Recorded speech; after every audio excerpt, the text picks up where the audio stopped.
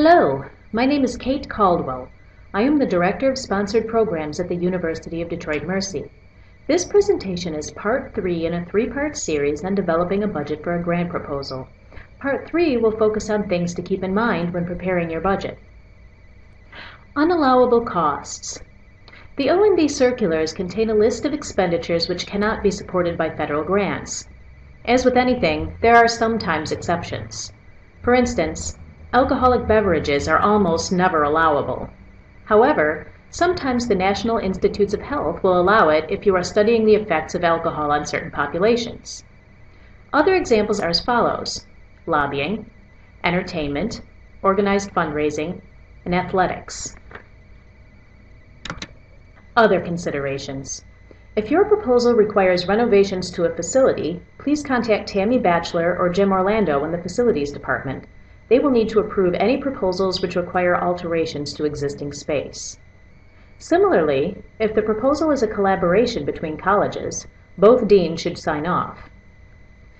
If the proposal contains funds for equipment, will there be a cost associated with regular maintenance? If so, we will need to identify the source of these funds prior to submission.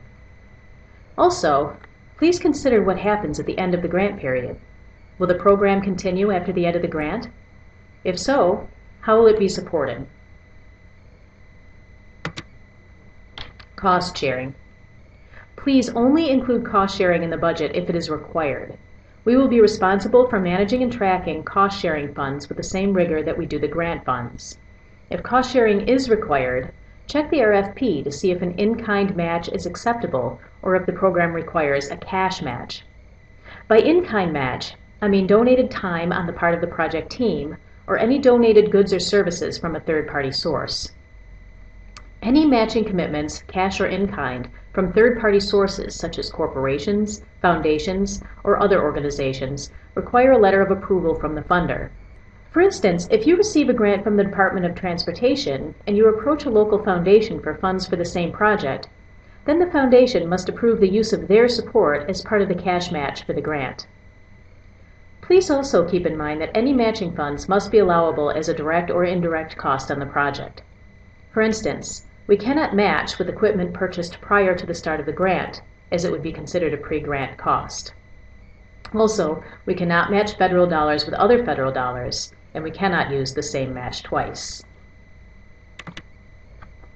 Budget narrative. Most grants require a budget narrative or budget justification. In this document, usually 2 to 4 pages long, you'll explain each line item of your budget. This is your opportunity to explain how your budget is appropriate to your project. You will want to indicate how costs were calculated, and you will want to double-check to ensure that the justification is consistent with your line item budget and your project narrative. Routing. I'm happy to assist with early drafts of budgets. When you have a final budget, you will need your department chair and your dean to sign off.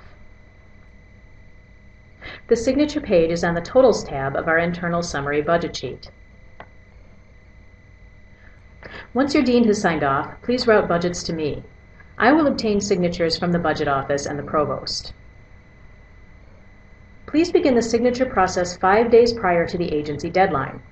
This is for 2 important reasons. 1, in case one of the reviewers finds an issue that must be corrected prior to submission. 2, because administrators are often busy traveling and may not be immediately available to sign off on proposals. My contact information is as follows. I've also included contact information for Rochelle Smith in the budget office. She's the post-award grants administrator and will assist you with managing funds should you be awarded the grant. Thank you very much for watching, and I hope you found these videos helpful.